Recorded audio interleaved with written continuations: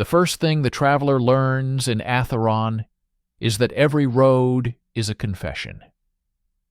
The ruts speak of which wagons were heavy with grain and which were heavy with iron. The broken twigs whisper where riders left the track to be alone with their fear. The soot caught in the stonework of mile markers tells you how far the last village fire reached before the rain came to bless it or mock it. In spring, the earth here smells like wet wool and old blood, and in winter it smells like metal.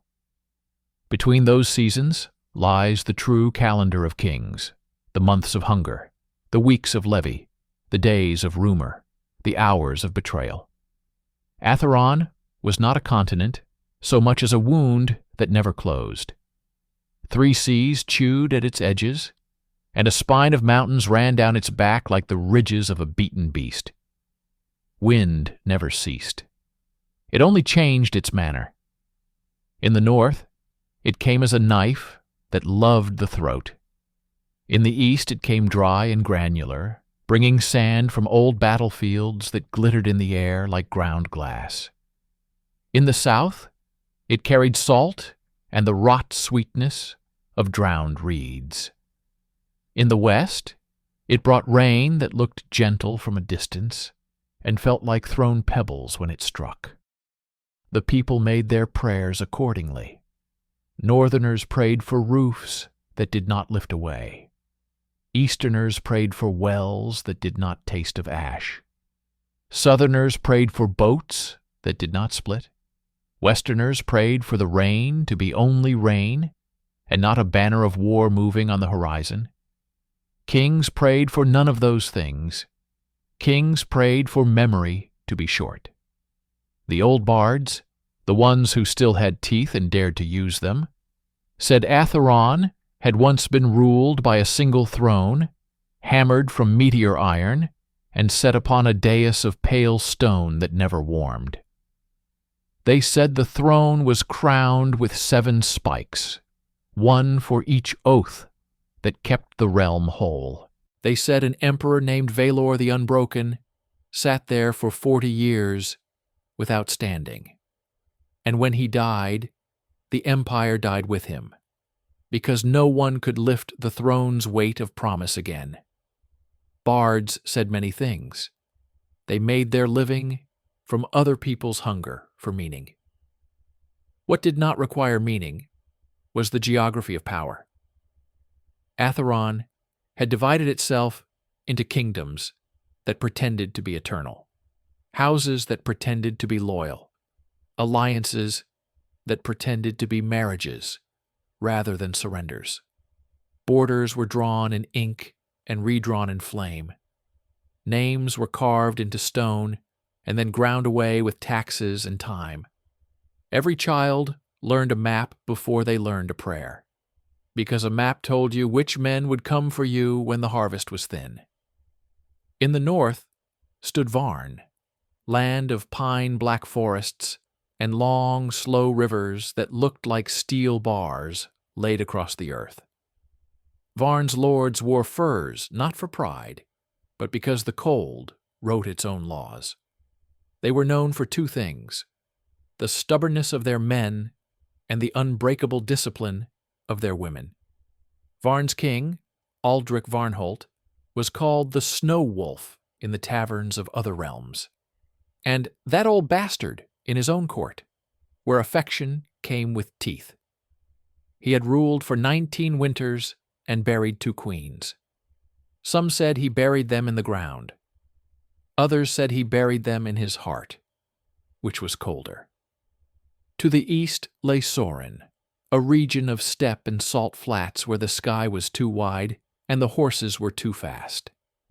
Sorin's people braided their hair with bone beads, not as trophies, but as promises. They believed a life without a promise was a candle without a wick. The Sorini clans bowed to a high Khan when it suited them, and pretended not to notice his existence when it did not. This year, the High Khan was a young man named Karos, with a smile that looked like hospitality until you noticed it never reached his eyes. In the south sprawled Illyria, a kingdom of warm hills and vineyards and cities white as old teeth. Illyria worshipped law the way other lands worshipped gods. They wrote rules for how to stand in line at funerals. They had statutes about the proper angle of a bow. Their nobles wore rings carved with their families' decrees, and their scribes were feared more than their swordsmen. Illyria's queen, Serene Valcourt, was widowed at 24, and had learned that grief was a currency. She spent it carefully. She made people pay for the privilege of thinking they understood her. Westward rose Thornmere, a coastal realm of cliffs and harbors and shipyards that stank of tar and fish. Thornmere's banners were sea green, but their politics were the color of bruises. Their fleets could starve a kingdom by closing a bay, and could enrich a kingdom by opening one. Thornmere's king, Marek Tidecrown, had hands calloused from once being a sailor himself, and he kept those calluses as proof that he was not born soft. He had a laugh that made people forget their caution, and he used it like a dagger. Between those powers, holding the throat of the continent, squatted a fortress older than their crowns and meaner than their gods. It was not a city. It was not merely a keep. It was an argument made of stone, and it had been winning for centuries. They called it the Crimson Keep. It stood where two rivers met, one clear and swift from the mountains, and one slow and black from the peat marshes. The land around it rose into a natural shelf of basalt, like a giant's tongue thrust out of the earth. Whoever held the keep held the crossing. Whoever held the crossing controlled trade, taxes, and the movement of armies. Whoever held those things could decide whether a border was a line or a wound. The keep's walls were red, not from paint, but from the stone itself, quarried from the blood-colored cliffs of the nearby ravine. At dawn, it glowed as if lit from within. At dusk, it looked like a bruise on the horizon. In storms, the rain made the walls shine slick and dark, and the keep seemed alive, as though it drank the weather. The Crimson Keep had towers like clenched fists. Its battlements were jagged teeth. The gatehouse was a mouth lined with iron that never smiled. Above the main arch hung an old, cracked shield, too large for any man to lift, bearing the faded sigil of a house that no longer existed. Some said that house had been erased for treason. Some said it had been erased for being right. In the villages nearby, mothers threatened children with it. Be good, or the keep will take you.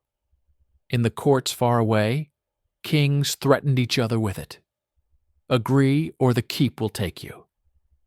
The keep belonged, officially, to House Dravenor, a family that had grown rich by being indispensable and grown dangerous by knowing it. House Dravenor's sigil was a crimson tower, pierced by a silver spear. Their words were simple: hold fast.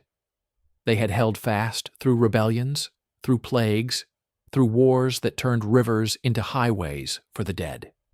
They had held fast while other houses fell like rotten trees.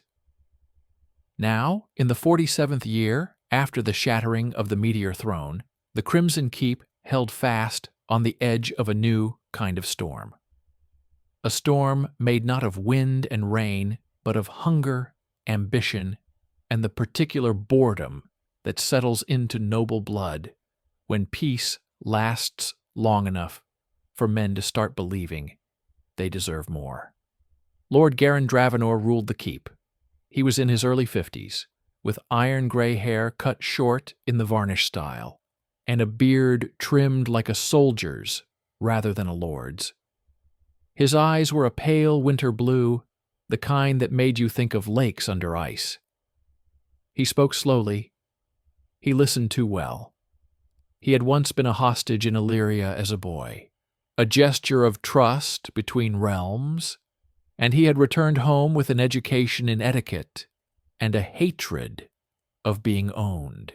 His wife, Lady Marith Dravenor, had been born to a lesser branch of Thornmere nobility, and carried the sea in her voice, calm on the surface, capable of swallowing ships. She ran the keep's household like a war campaign, with ledgers sharper than swords, and servants who walked quietly, not from fear of punishment, but from fear of disappointing her. She had given Garin 2 sons and a daughter, and had buried one child in winter when the fever came. She did not speak that child's name aloud. She wore it behind her eyes. Their eldest son, Sir Caldor Dravenor, was heir to the keep and everything it represented. He was 28 and handsome in the way statues were handsome, symmetrical, imposing, intimidatingly still. He was a knight, and he wore his knighthood like a second skin. People said he would make a great lord because he was honorable. Others said he would make a dead lord for the same reason.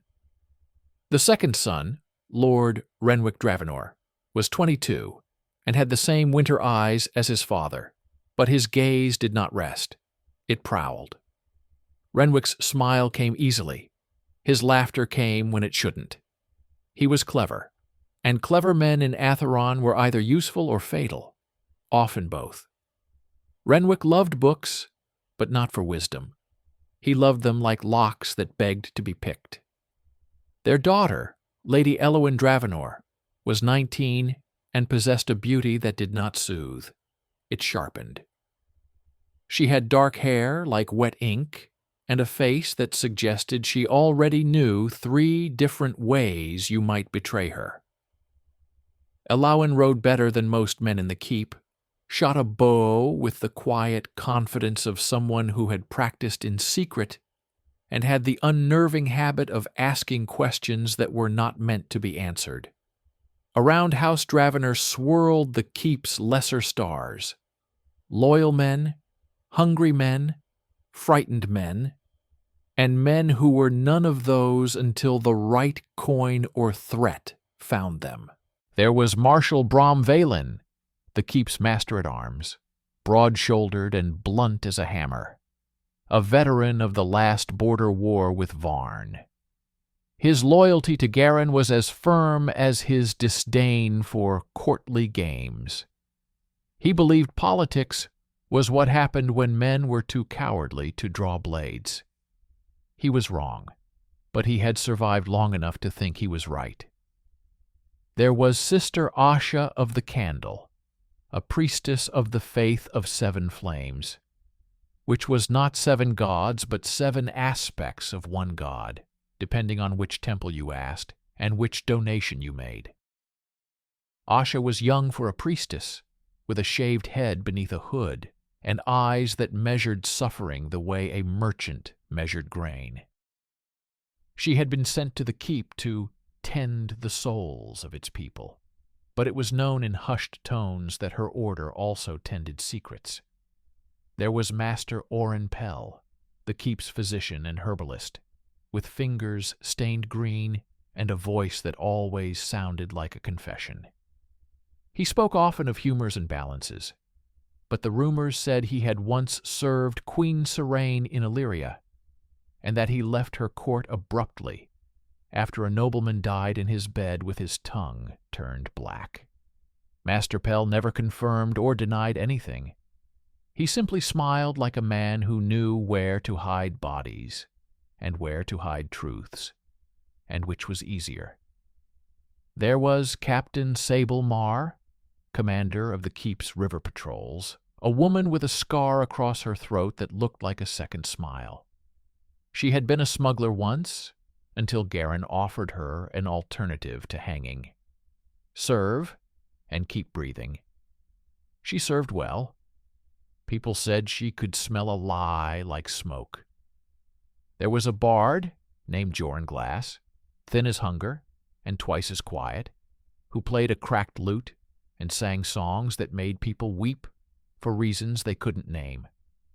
Garin kept him, not because he liked music, but because bards heard everything. Joran Glass heard more than most and spoke less. That, too, was a kind of loyalty. And there was a guest, an honored envoy from Illyria, whose presence made the keep's air feel thin. Eowyn watched her brother Renwick perform charm like a magician performing knife tricks. She knew him too well. Renwick did not charm because he liked people. He charmed because it made them open. Later, when the hall's noise softened into the comfortable roar of drunkenness, Lady Lysandra excused herself. Her handmaiden Mira followed. Renwick watched them go. He glanced at Eowyn as if to invite her into whatever game he was about to play. Eowyn did not move. Renwick left anyway, quiet as a cat among boots and laughter. He found Mira first, not Lysandra. Mira had stepped into a side corridor near the kitchens, perhaps to catch her breath, perhaps to be alone. Renwick leaned against the wall with the ease of a man who believed corridors were made for him. "Lost?" he asked. Mira smiled. "Not lost," she said. "Just listening." "To what?" "To the keep," Mira replied. "It's always listening, too." Renwick laughed softly. "If stone could speak, we'd all be dead." Mira tilted her head. "If stone could speak, we'd finally know which of us deserves it." That was either boldness or bait. Renwick decided he liked both.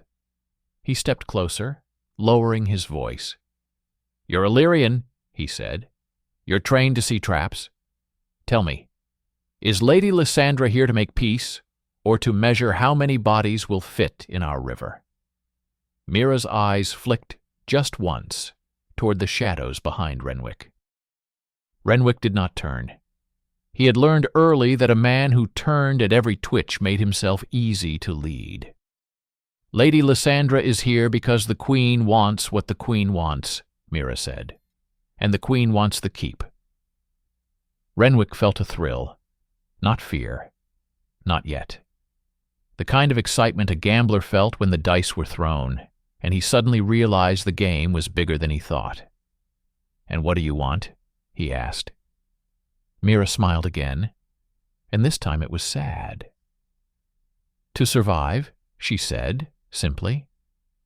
"In Illyria, survival means obedience." "Here, I don't know what it means." Renwick leaned closer, his breath warm with wine. "Here it means choosing the right side," he murmured, "and changing it before it becomes the wrong one." Mira's lashes lowered. "Then you must be very tired." Renwick almost touched her cheek. Almost. He stopped. He remembered that pretty smiles were often hooks. He stepped back, still smiling, and asked, "Where is Lady Lysandra?" Mira's gaze slid toward a narrow stairwell leading upward. "The solar," she said. "She likes to look down on things." Renwick thanked her, lightly, with the ease of someone leaving a conversation, rather than a trap. As he climbed the stair, he felt eyes on his back. He wondered whose.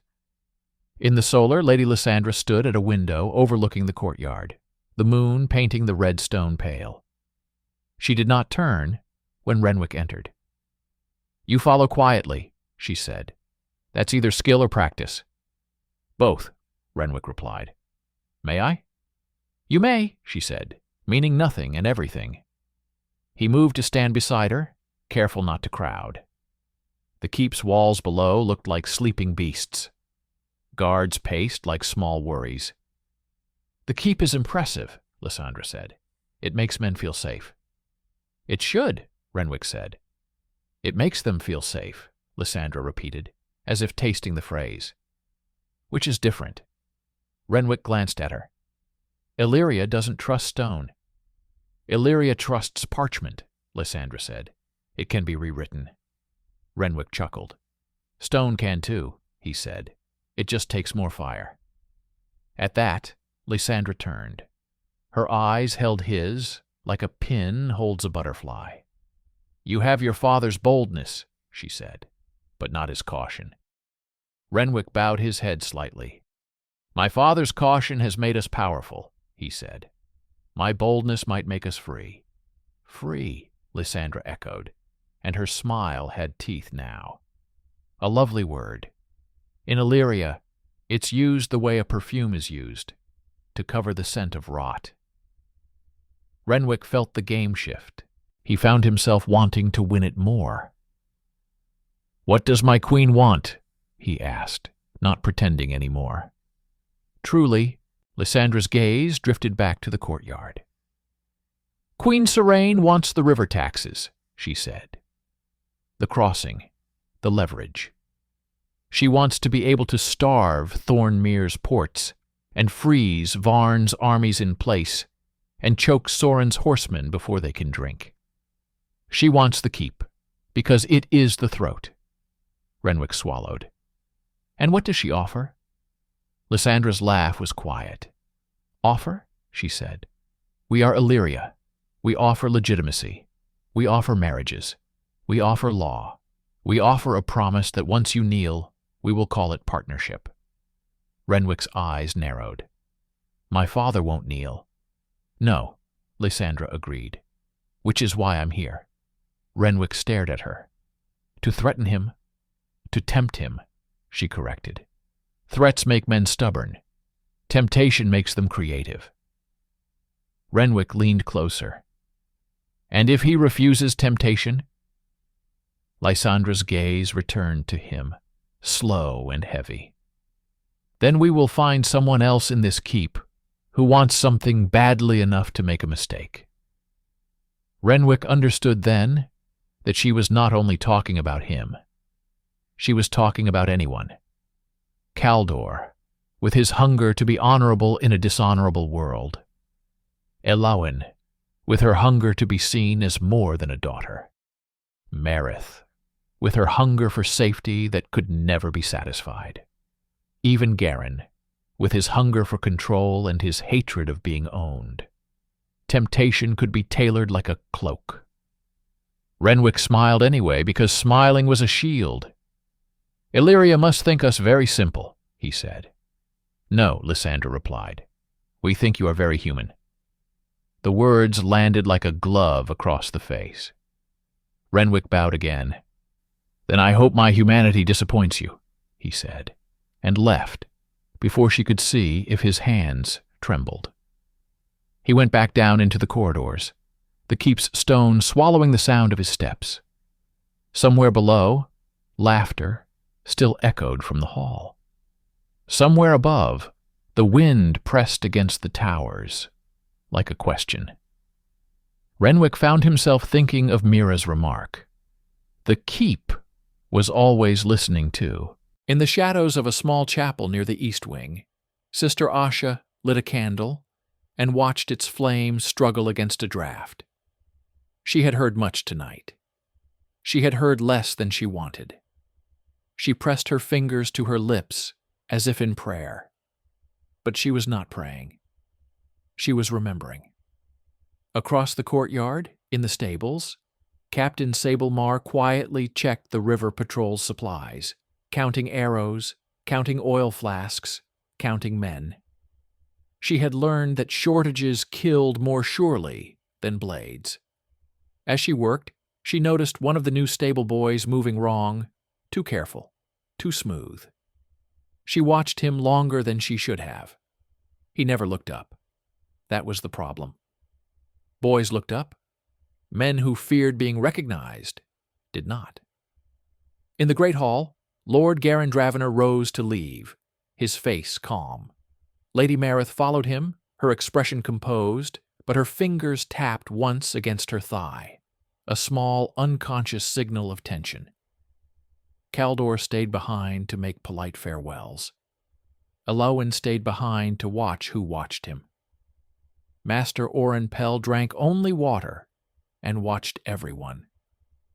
When Garin reached his private chambers, he found a folded parchment placed on his desk, sealed with crimson wax, the seal unbroken. He stopped. He did not touch it. He stared at it as a man stared at a snake. No servant should have entered his room. No guard should have allowed it. The seal bore no sigil, only a simple mark, a circle with a line through it, like an eye crossed out. Garin felt cold settle in his gut. He turned to the guard at his door. "Who came in?" he asked. The guard frowned. "No one, my lord," he said. He looked confused, and fear was creeping into his confusion, like mold. Garin's hand hovered over the parchment. He did not break the seal. He simply lifted it with 2 fingers and carried it to the fire. He held it close enough that the wax softened. Then he peeled the seal away with the tip of a knife, careful, patient, as if disarming a trap. Inside was a single sheet. No greeting, no flourish, just words, written in a steady hand. "The keep is your throat. Illyria is the hand. Thornmere is the knife. Varn is the wolf. Sorin is the fire. You will choose which one kills you, or you will die from all of them. The first blow comes from within." Garin read it twice, then a third time. He felt Mareth's presence behind him, silent, the way storms were silent before they arrived. "Burn it," Mareth said softly. Garin looked at her. "Someone was in our rooms," he replied. Mareth's eyes were steady. "Someone is always in our rooms," she said. "If not with their body, then with their attention." Garin's jaw tightened. "This is not attention," he said. "No," Mareth agreed. "This is a warning, or a threat, or a lure." Garin held the letter over the fire.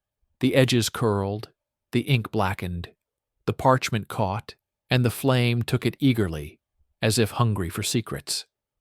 Garin watched it burn until the last word became ash.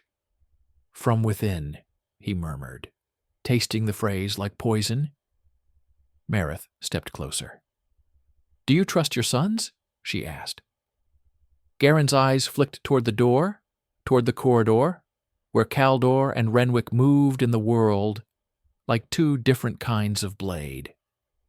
"I trust them to be themselves," he said finally. "And that may be the same as not trusting them at all." Mareth's mouth tightened.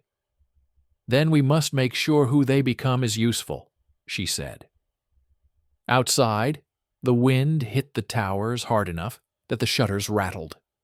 Somewhere in the keep, a dog began to bark, then stopped abruptly, as if someone had put a hand over its muzzle. Somewhere else, a servant dropped a tray, and the sound echoed like a distant clash of steel. Somewhere in the stables, the too careful boy slid a thin needle into a pouch and smiled to himself in the dark.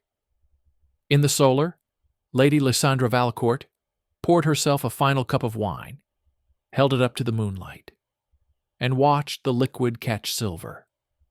She did not drink. She simply held it there as if toasting an unseen companion. "It begins," she whispered, not to anyone in particular. Down in the chapel, Sister Asha pinched out a candle and let its smoke rise like a question. She had a list in her mind now. Names, weaknesses, hungers. She added one more.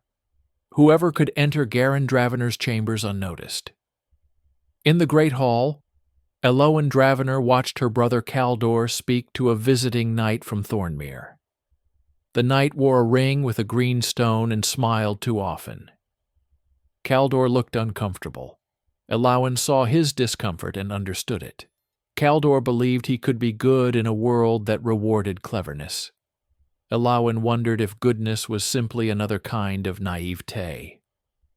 Renwick returned to his own rooms late, eyes bright, mind racing.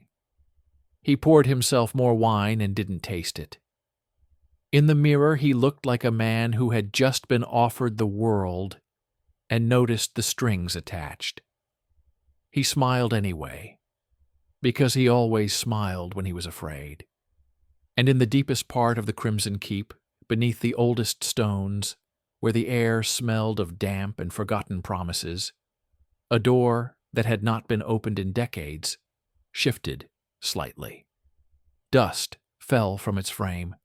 A lock that should not have moved clicked once, softly, as if someone had just tested it and found it willing. Above, the keep slept as fortresses slept, with one eye open, dreaming of siege engines and wedding feasts, of snow and salt and fire, of oaths sworn in blood and broken in whispers. The rivers met below like two strands of fate, braided into one. The moon slid behind clouds. The red walls darkened, and the first betrayal, already planted, began to grow roots in the hearts of men who believed they still had choices.